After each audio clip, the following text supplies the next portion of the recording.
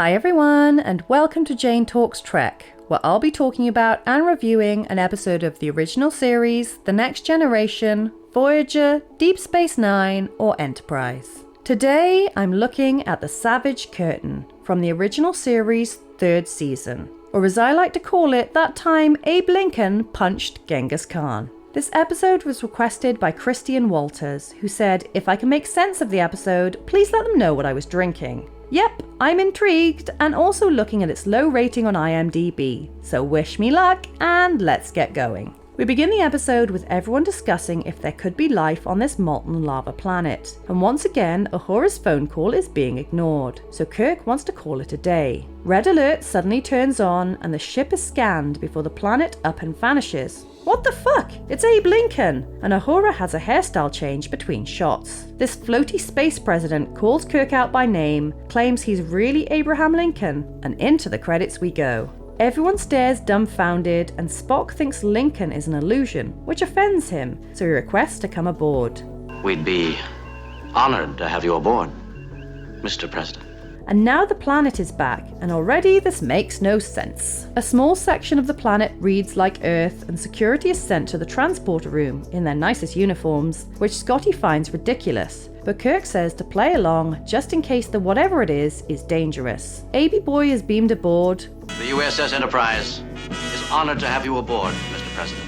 Really? Because you're still pointing guns at him. And this looks like a small fancy spoon. McCoy confirms he's human and he's pretty chill, but once he's gone, Scotty and McCoy discuss what the hell he is, seeing as they initially locked onto mineral. Kirk doesn't want to believe Lincoln is real, even though he seems to be, and he uses a slur against Uhura, but apologizes, and she's fine with it. You see, in our century, we've learned not to fear words. Lincoln suddenly knows something Vulcan and tells Spock that Surak is also on the planet before he asks to see the engine, so Uhura agrees to take him, and the boys establish he's an alien, and Scotty and McCoy think he's dangerous and the others shouldn't beam down to the planet.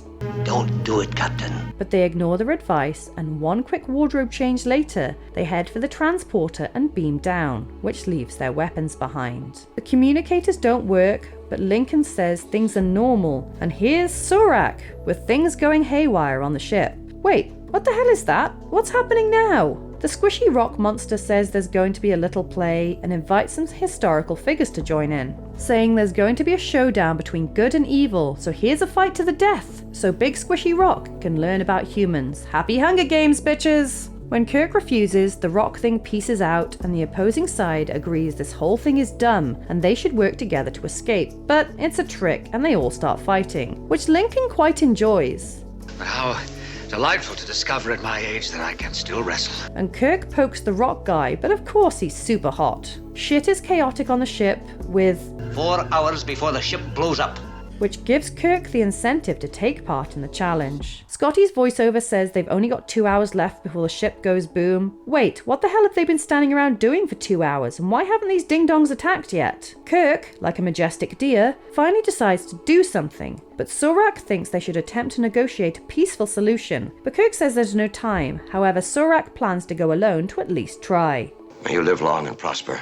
Same to you, dude, but I doubt it. Surak goes to the other side to chat, but they're clearly plotting something, and Spock hears the cries for help, but ignores them. And when Kirk wants to go, Lincoln steps in and offers to sneak in to free Surak while they cause a distraction. Kirk and Spock bring their stick collection to show and tell, and both sides start lobbing stuff at each other. Peekaboo, Lincoln! And he finds Surak dead, with Kalis being apparently talented in impersonations, so goes back to Kirk and drops dead, leaving just the 2 officers to fight the opposing team. Kirk manages to maybe kill the leader, it's hard to tell, and the rock dude announces that the rest of the team has given up, but is disappointed that there was no difference in their fighting styles. Kirk yells at the rock dude for being a dick, but he doesn't care and disappears. So Kirk and Spock beam back up, with Spock giving an overcomplicated explanation as to what just happened, and they get the hell out of there.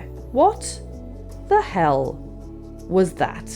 I mean, you know me, I have a soft spot for the silly episodes, but I'm still not really sure what I just watched. I guess it was kind of cool seeing historical figures get into a scrap, awkward blackface aside, but I'm still not sure what was going on exactly. The explanation was they were all rock people who took on the forms of historical people based off the memories of the Enterprise crew. But also, how does that work? Because Rock Dude wanted to see a fight between good and evil, but surely having his own people participate would not give them accurate results. They would have been better off saying that the rock people can magic people from history or some shit and make the players real. But also, if they don't understand the concepts of good and evil, how did they know who to pick for each team? And why was Kirk and Spock chosen as good? There are so many questions. Also, why would Lincoln draw them down to the planet only to turn around and help them try to escape? And since when could Kalis do perfect impersonations of people he's not met before? And what happened to them all after? Did they just turn back into rock monsters, or are they straight up dead now? Anyway, it's a lot of nonsense, but like I said, kind of fun to see Kirk and Spock interacting with historical figures. And fights to the death are always fun, so at least there's that.